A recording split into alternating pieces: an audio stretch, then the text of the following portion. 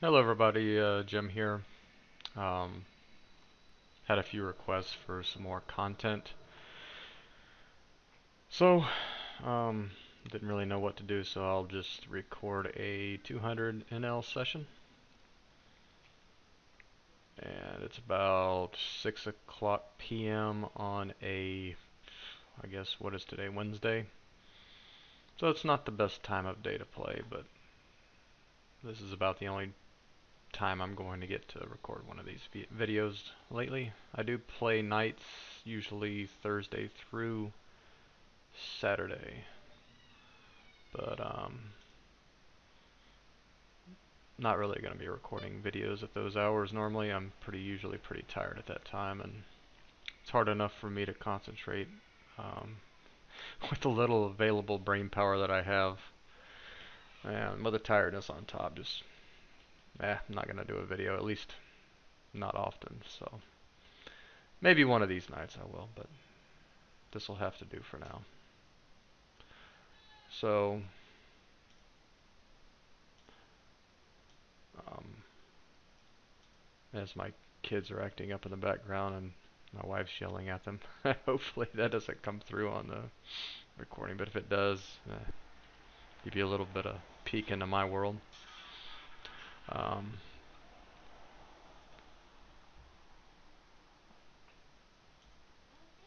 so, so I had to pause the video for a second. Sorry about that. But yeah, just standard jam over an ISO with Ace King in the big blind. Nothing much to say about that. It's Ace King. It's the nuts. So obviously it's going in. Leading at this disconnected board here. Um, yeah, it's pretty much plus EV to lead. If somebody limps and it folds to you in the big blind, you can pretty much lead um, profitably with 100% of hands usually. So that's a good spot to pick up some dead money. Don't check fold in those spots. It's just a big leak.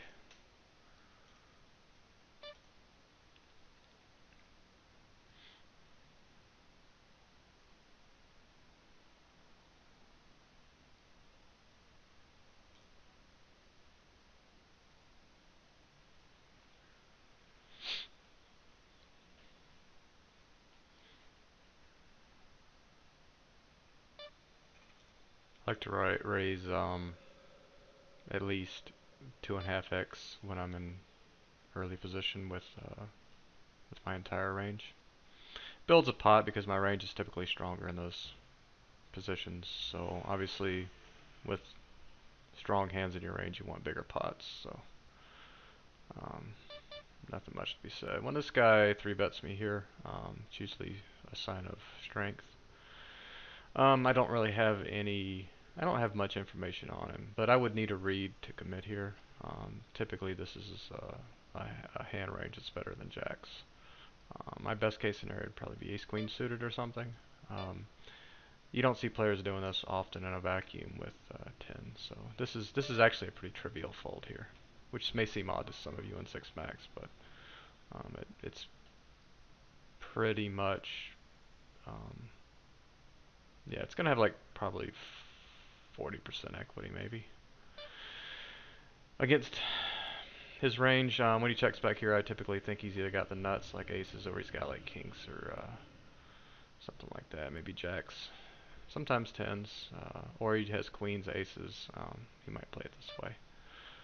Hopefully we get to see a showdown so we can see what this guy has. Sometimes I can ISO the 9-8 here, but since these guys don't have for sure fishy stats, it's probably okay just to let it go. Yeah, guy might be thinking about a thin value bet with kings, or he's just got the nuts. We will soon find out. Hopefully, if player 6 does not fold. I don't imagine there's much in player 6's range that could call the turn and then fold the river, but he is playing 100% of hands, so it's very possible he could have just something like 8s or I don't know, something like that. He might fold the river. Unfortunately, we don't get to see his hand. But I'm guessing he was ahead of jacks, if not pre-flop, definitely post-flop. We can pull up Poker Stove here real quick. I'm going to clear it out just to show you. You know, there's always the chance that somebody's just full of crap there, but I did not have a read strong enough to. If he was something like 40-30 over his first few hands, with like 3-betting at least one time, you know, that's enough information for me to commit there with tens or better. But in a vacuum, just give it up. It's a leak if you're committing there. So my jacks versus a range, we go into say tens plus and ace king, just to be, yeah, 43%. So take the tens out, which you could probably weight it like, I don't know, somehow, but 37%. So if you weight the tens, you know, we'll probably end up around 40%, like I said. So works out. The tens here is, I could 3-bet to like 16. But versus a tight range like this, I'm beating most of his tight range, so I really don't mind calls here. Like he can call with 9s, 8s, 7s, ace 10, ace jack. So I just rather get it all in pre-flop when my range is ahead as his. Of course, unfortunately, he has pocket jacks, so it's just kind of a cooler. Nothing I can do there, you know.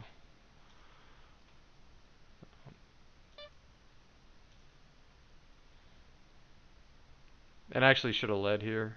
I don't know why I didn't. I guess see. This is what happens when I talk. When I play suboptimally a lot. But oh well. It's worth it for you guys, right? Yeah, I mean, it's not like a huge leak not to lead there. I mean, I'm probably giving up like 50 cents or something when I do that, but that $half adds up over time when you run into that spot often enough, and you do run into that spot fairly often in fishy games like these.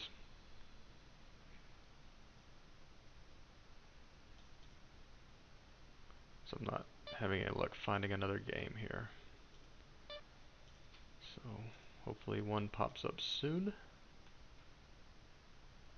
Guess I could play this 9-handed table that's only 3-handed right now. You know what?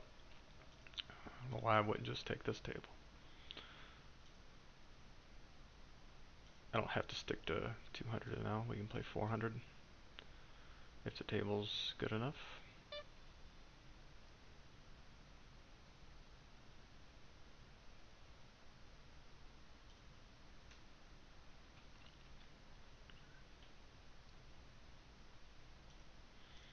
But yeah,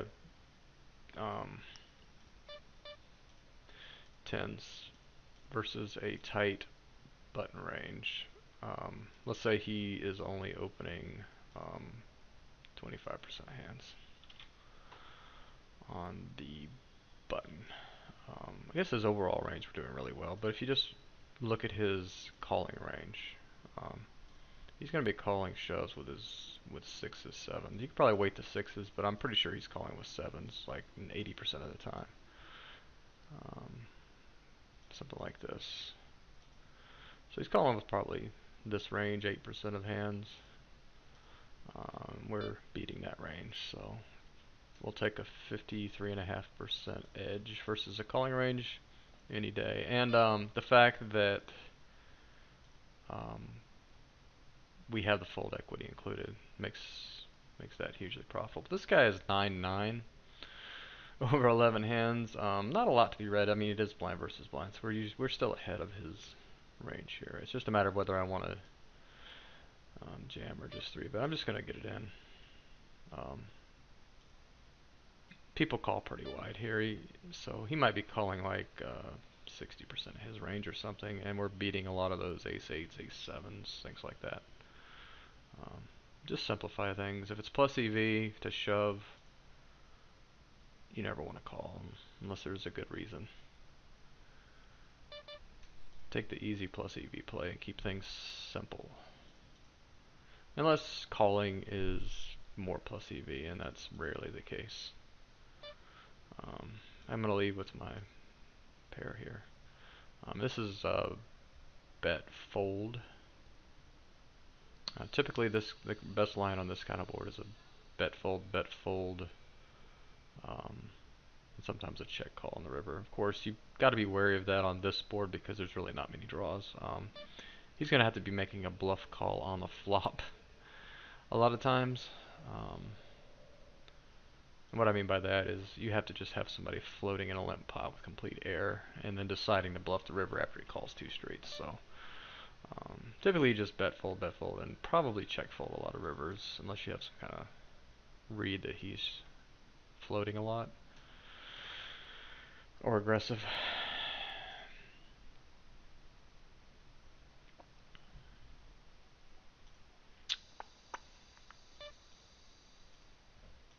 So I just came off of one of my biggest variance months ever last month. Yeah, it was something like almost, was I 3,000 under all in EV?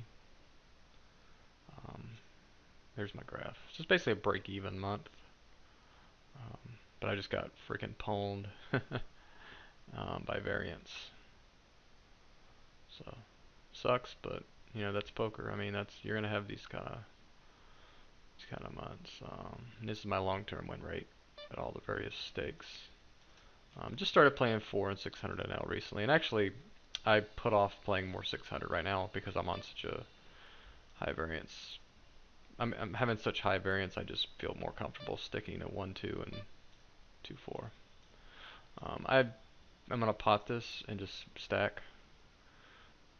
I want to build a pot quick, and you know there's a lot of worse aces in player 6's range, and there's a lot of random other hands that will call that flop as well. So whenever you flop the join and the blinds in a multi-way pot with fishy players, just bomb it.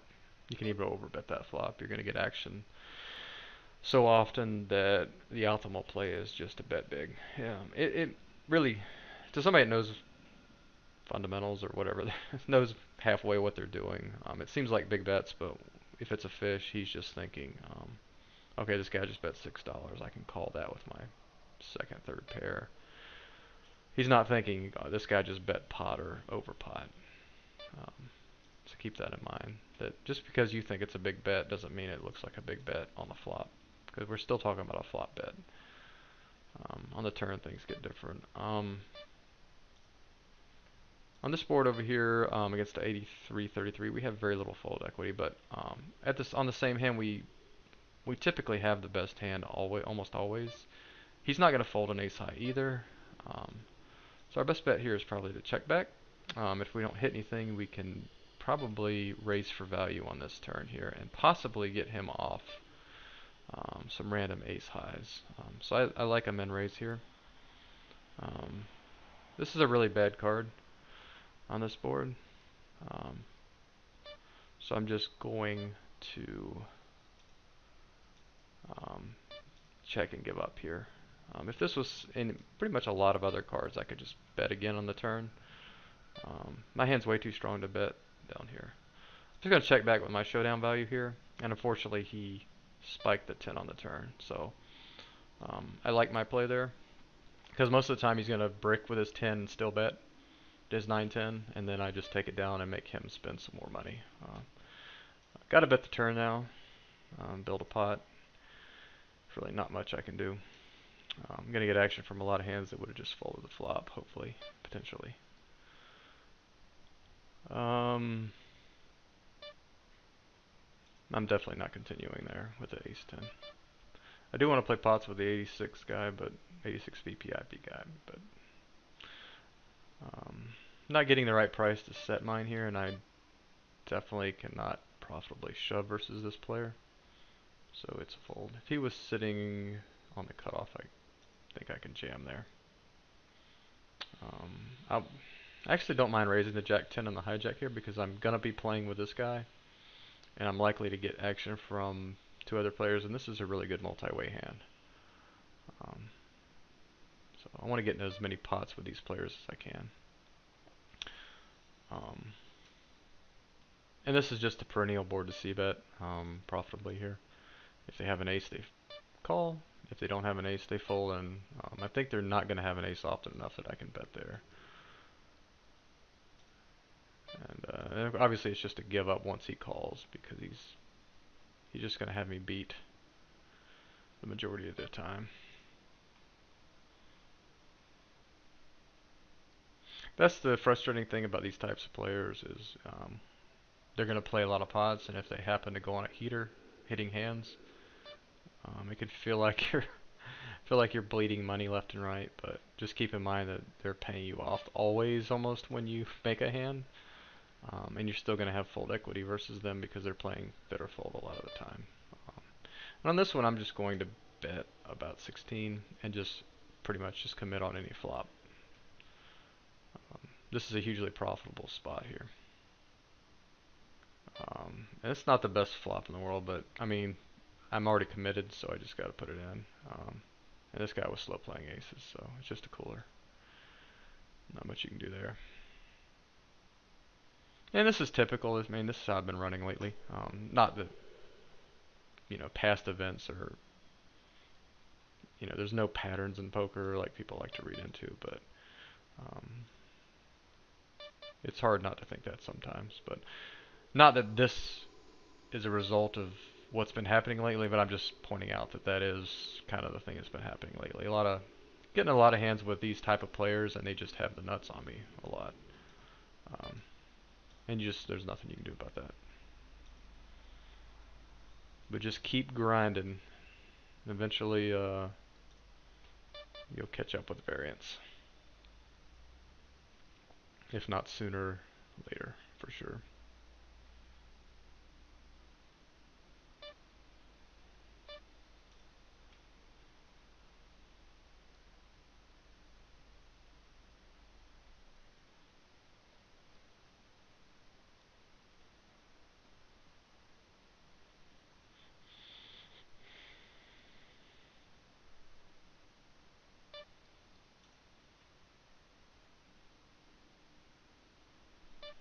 I open a pretty wide range in late position, but this is Bovada, so I'm quite a bit tighter than on some other sites, some of the more reg-infested sites. I'm gonna fold here, and then I'll explain in a minute. There's some reg-infested sites out there like, Poker Stars. I mean, you name it, 888. Obviously I can't play those sites in the U.S., but you guys probably know what I'm talking about. Sites like even Winning Poker Network. You're gonna get called a lot, so you want to have hands that flop better when you're going to be going to a flop a lot. You're not without fold equity pre-flop. You're just not making enough of a profit from your fold equity stealing to make up for the times your hand whiffs and you end up in a pot with a calling station. You need to have hands that flop pretty well, so it'll mitigate the times that, or the fact that you're not getting very many pre-flop folds. I hope I'm making that clear. Is when you have less fold equity, you need to tighten up. That's basically what I'm saying.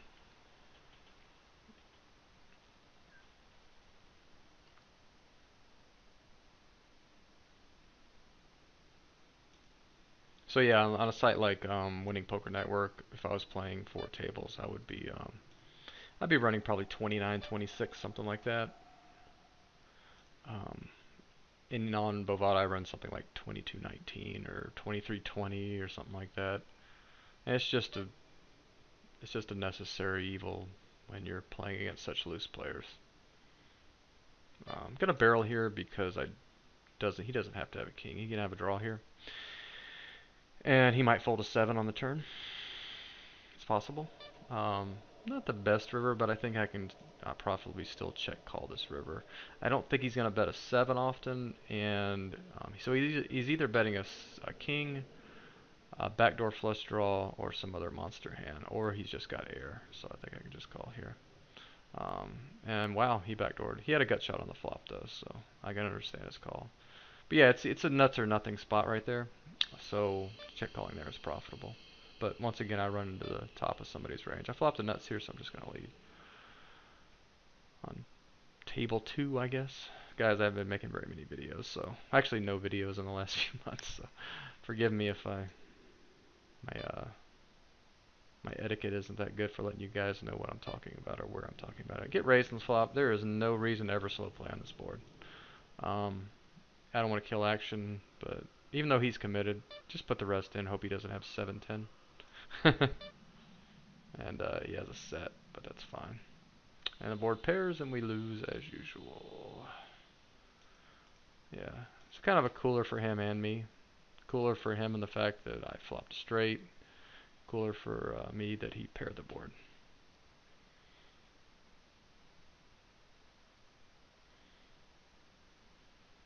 But the only way I get it in on that board is with that kind of flop. Which makes that spot more profitable for me because he's limping 8s, and the only way he gets value from his set is if I have 2 pair or straight. I'm not going to bet call it off with an open ender or something like that, or top pair.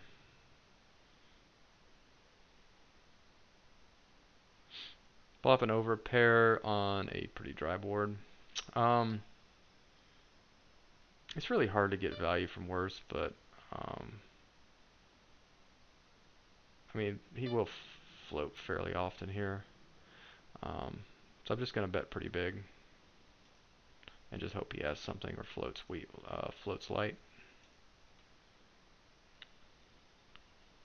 If he jams, it's kind of gross, but I think he can do it with 8-6s, ace-7. You know, there's some worse hands for sure. Turn pretty much the nuts on the turn, unless he had 6-8, which would be pretty gross, right? But bet for value on table 3. Just gonna go ahead and keep betting for value. I'll bet enough to give myself a comfortable shove on the river. Kind of odd to get raised on a jack 6-6 board.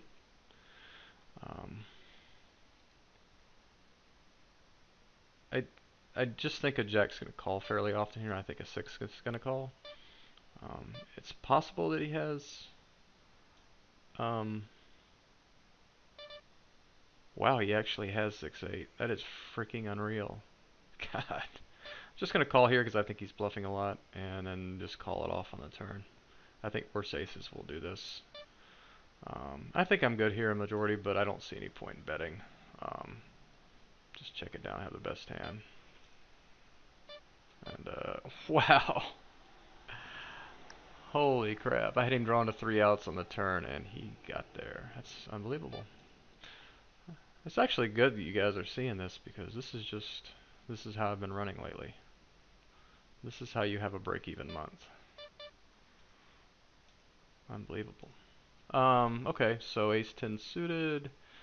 I don't think this guy is opening wide enough to commit there. Wow, that 6-8 hand, that's just freaking amazing. It's just so much more likely he's going to have like 2 pair or worse set, or, you know, he has to have exactly 6-8 for me to be behind there, and that's exactly what he has. So, yeah, that's just unfortunate. Nothing else to say. This is one of those boards that's okay to just check fold, but I do have a gut shot, so I'm going to go ahead and bet. I have some equity, which is fine. I can hit a queen, hit a jack.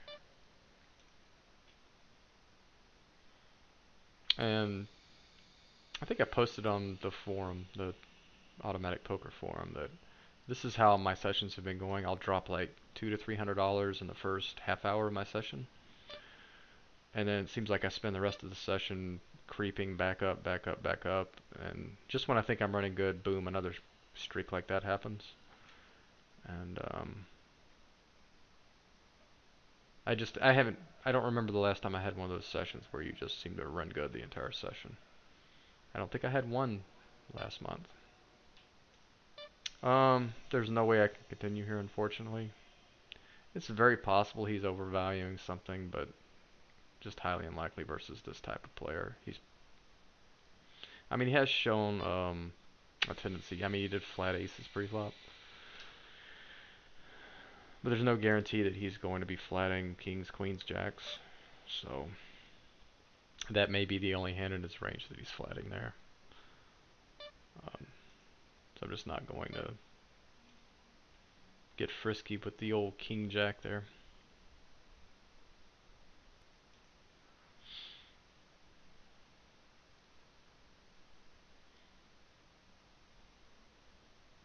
Sorry, I had to pause the video for a minute. Somebody was at the door.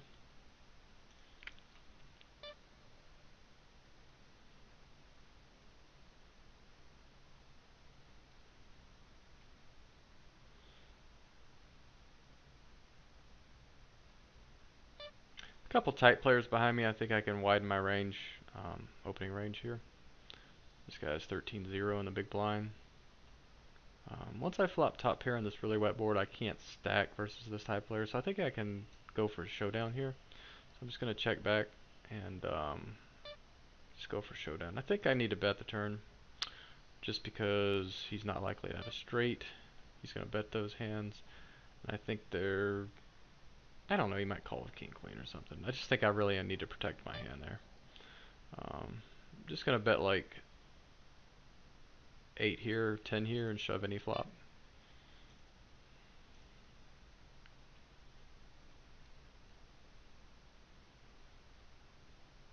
Don't want to shove and get him off of hands like ace 10, ace jack, whatever, ace x period, king x. So I need to raise enough to maybe he can call, and then I'll jam profitably on the flop. Yeah, this isn't one of those boards where people are going to believe you a lot, but I still have to bet. Because I think he's going to lead the turn, and king 10 isn't quite strong enough to raise like I did earlier with the king queen. I mean, it's probably still an okay play, but I just think straight up c betting there is probably best.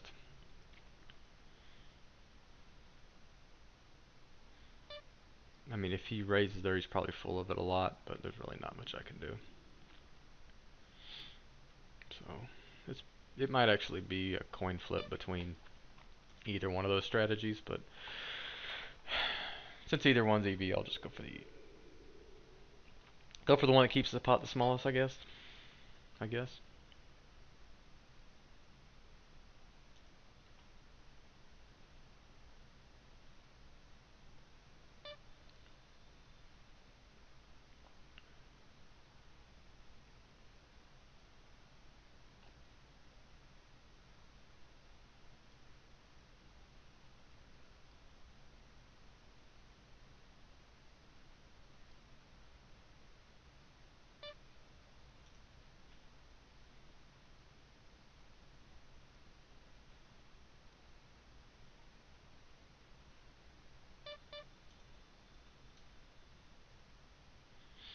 This guy's still on 3 out of 3, but ace 7 is just not quite good enough, especially with this player behind. I could shove here and he could call me with like, I don't know. It'd be okay to call with like king queen, but I think he won't fold hands like ace 10, ace 9, ace 8. And sometimes if I do a small 3 bet, he'll come along, we'll have a 3-way huge pot, and my hand just doesn't flop very well. So I just don't have enough. If this guy had opened like 8 straight hands, I probably would do it. Steals. But with only 18 hands on him, I think ace 9 would be fine there, for sure.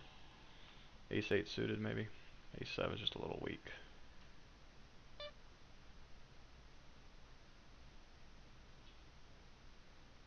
It's one of those hands that's not quite for value, but not quite good enough for a bluff.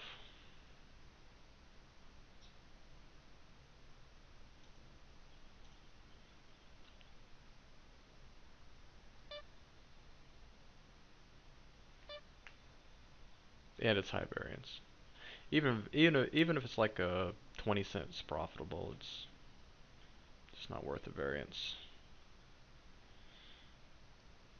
I'm not really worried about hurting my win rate thousandth of a big blind per 100 or something.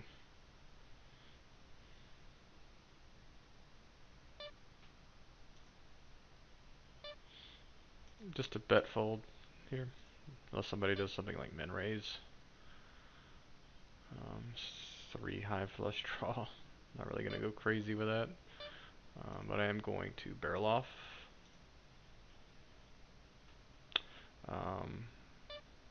Yeah, I'm just going to jam for value. I think he calls with kings a lot.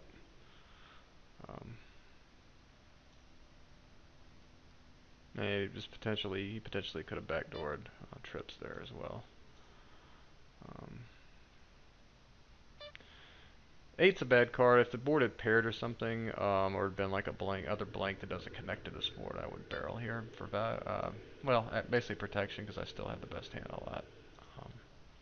But with this card, it just connects way too often with a calling range, so I just think check folding's better.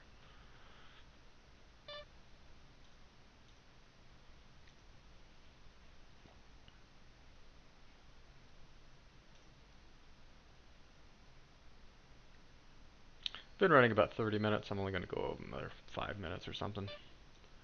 No point in making this huge long video for you guys to muddle through. And I'm running bad, and I just don't usually like to play long sessions when I'm losing, especially when it's not during my normal session time.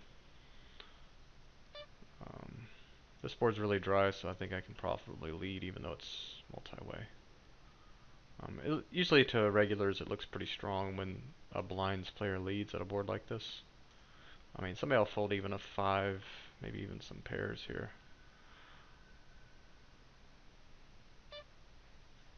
And I could continue on a jack, a 9. So, it's fine. I just think that's going to work probably 60-70% of the time, so betting half pot's usually profitable there. I'm actually going to sit out next big blind on all of my tables.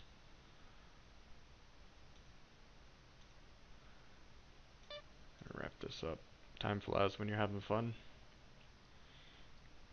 So just to recap, flop the nuts, lose to a set with a rivered boat. I flop an over pair, turn my set, and lose to a 8-6 straight. Get all in with 10s versus jacks. Of course, I did win that one. Guy limps aces on me, and I have jacks in the blinds. So you get a pretty good glimpse at the kind of coolers you can run into in a session. And I've played 6-7 hour sessions and only had 1 or 2 of those. This guy min raised again when I was in this same exact spot. I'm not sure what a min raise means from him though. But if you think about it, if I was in the big blind, he was on the button, I wouldn't be calling a min raise for $4, even though you think you're getting this awesome price. It's really not that great because how often am I going to flop 2 pair better? And it's just gross when I flop a pair here. So my best hope is to flop open-ended or something. So this is a trap here. Don't fall for it unless you have some kind of amazing read. If it was 7-8 suited, he had done it 3 straight times. I think jamming there is much better than calling. And just because he does it twice in a row doesn't mean he's necessarily light there. That's the only 2 times he's 3-bet on this table. If he was like 30% 3-bet, I may consider even jamming the 8-7 there. He said zzz during the hand, which means he wants me to hurry. I'm not sure whether that would mean he's strong or weak. Probably means I mean, you would think it means he's weak, right? Just wants me to fold and get it over with. But you never know. He may be doing that just to rush me into some kind of quick judgment. Who knows? Who cares, I guess. Those aren't really the spots that you're going to make a huge profit on anyways, so I mean 7-8 might even be close to break even there for me. So no point in getting frisky with a part of my range um, when I have plenty of other hands in my range that can play back at him there. 8 9 suited is okay to raise in the hijack. It's near the bottom of my range probably though, in a vacuum.